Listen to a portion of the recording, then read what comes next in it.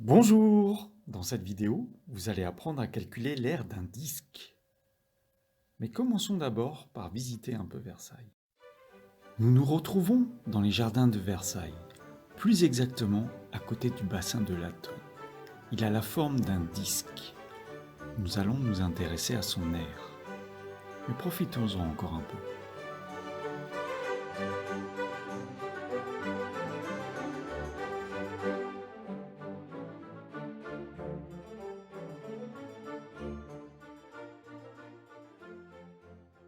Le bassin de Latone est un disque dont le rayon est d'environ 15 mètres.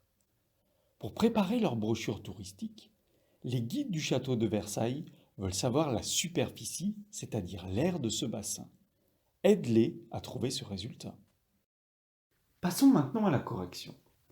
Il s'agit de calculer l'aire d'un disque. J'ai fait une petite figure à main levée sur laquelle je vais mettre les informations données par mon énoncé. J'ai une seule information, c'est le rayon qui mesure 15 mètres.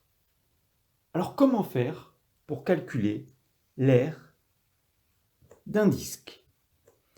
L'aire d'un disque est donnée par la relation suivante. On fait intervenir un nombre assez particulier, ce fameux nombre pi, que je vais multiplier par le rayon et je vais encore multiplier par le rayon. Pi,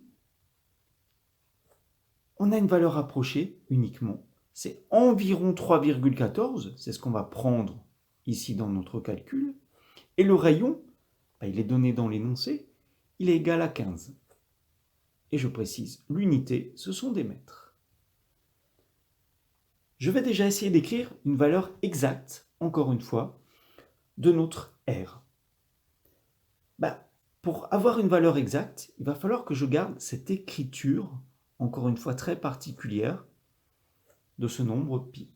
Et je vais le multiplier par 15, qui est le rayon, et je retombe de nouveau sur le rayon, je vais encore une fois multiplier par 15. Et je vais commencer par effectuer cette multiplication 15 multiplié par 15. Allez, je la pose et je regarde ce que ça donne. Alors, je commence. 5 multiplié par 5, ça me donne 25, et je retiens 2. 5 multiplié par 1 me donne 5, je rajoute les 2 de retenue, j'obtiens 7. Je passe au chiffre des dizaines. Je dois donc rentrer d'un rang, par un point, un zéro ou un espace vide. Moi, personnellement, j'ai tendance à mettre un point. Et je continue. Une fois 5 me donne 5. Une fois 1 me donne 1. J'additionne le tout. J'obtiens 5, 12. Je mets bien ma petite retenue. Et 2. Finalement, j'obtiens 225 multiplié par pi. Et ceci correspond à la valeur exacte. Voilà, je le mets bien en vert, valeur exacte de notre R. Mais maintenant, on est d'accord sur la brochure, ils ne vont pas vous marquer une valeur de ce type-là, 225 multiplié par pi. Donc, il reste à trouver une valeur approchée. Et pour trouver la valeur approchée, je vais justement prendre la valeur de 3,14 qui était ici. Et je vais la multiplier par les 225. La même chose, je pose mon opération. 225 multiplié par 3,14. Et c'est parti. 4 fois 5 me donne 20. Je retiens 2. 4 fois 2 me donne 8. Plus les 2 de retenue, ça fait 10. J'écris 0, je retiens mon 1. 4 fois 2 me donne 8, plus 1 me donne 9. Je passe au deuxième chiffre. Je pense à rentrer d'un rang. On a vu précédemment que moi je mets un point. Une fois 5, 5. Une fois 2, 2.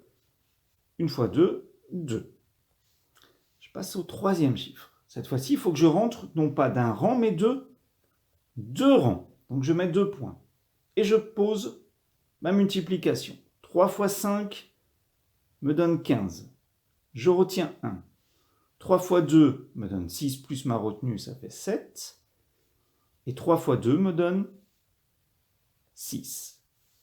J'additionne le tout. 0, 5, 16, je retiens 1, ça fait 10, et ça fait donc 7 avec la petite retenue. Maintenant, il faut que je positionne ma virgule. Un chiffre, deux chiffres après la virgule sur le 3,14. Ici, par contre, je n'ai pas de chiffre après la virgule. Donc, je vais déplacer ma virgule de 2 rangs. Et j'obtiens donc 706,50. Je prends l'unité, ce sont des mètres. Donc finalement, j'obtiens, comme c'est une aire, des mètres carrés. Et je peux conclure, l'aire du bassin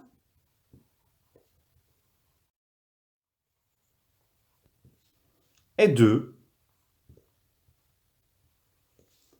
Alors, je vais prendre une valeur approchée, c'est ce qu'on a vu avant, est de 706,5 mètres carrés.